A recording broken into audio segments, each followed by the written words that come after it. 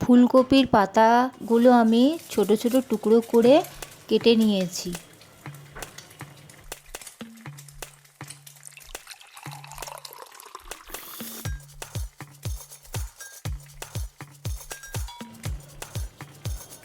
একদম ছোট ছোট টুকরো করতে হবে।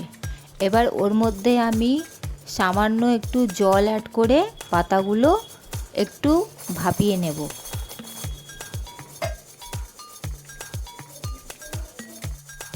দেখো পাতাগুলো আমি একটু ভাপিয়ে নিয়েছি।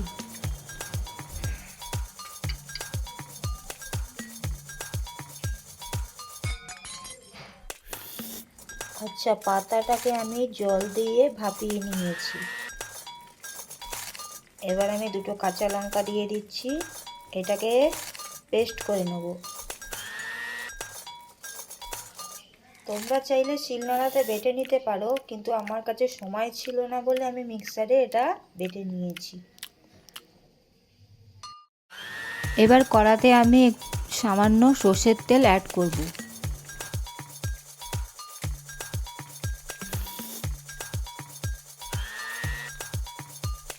একটু কালো জিরে ফোড়ন দেব ওর মধ্যে। কয়েক সেকেন্ড ভেজে নিতে হবে। একটু রসুন কুচি অ্যাড করব। কয়েক সেকেন্ড ভালো করে ভেজে নিতে হবে। এই 6-7 কোয়া রসুন দিয়েছি আমি ওর মধ্যে। রসুনটা এবার ভালো করে ভাজা হয়ে গেছে। এবার আমি ওর মধ্যে পেস্ট করে রাখা ফুলকপির পাতাটা আমি দিয়ে দেব।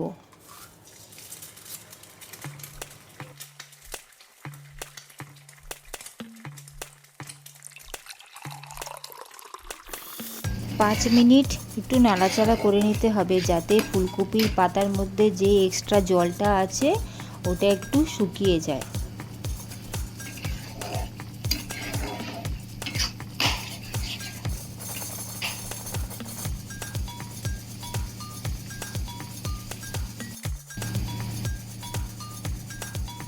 আচ্ছা, এখন আমি একটু হলুদের গুঁড়ো অ্যাড করব, বেশি না, একটু সামান্য। আর পরিমাণ মতন নুন অ্যাড করব।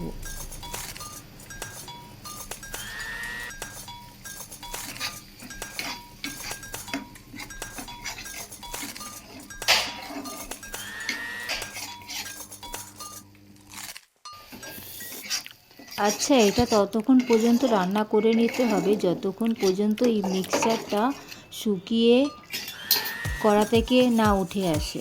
পুরো জলটা শুকিয়ে এটা কড়া থেকে উঠে আসবে, তখন বুঝবেন এই মিক্সচারটা একদম রেডি হয়ে গেছে।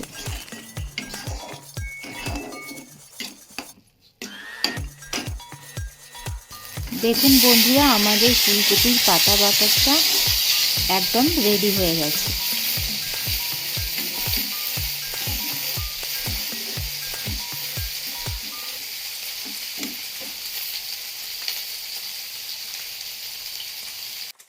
রেডি। Thanks for watching.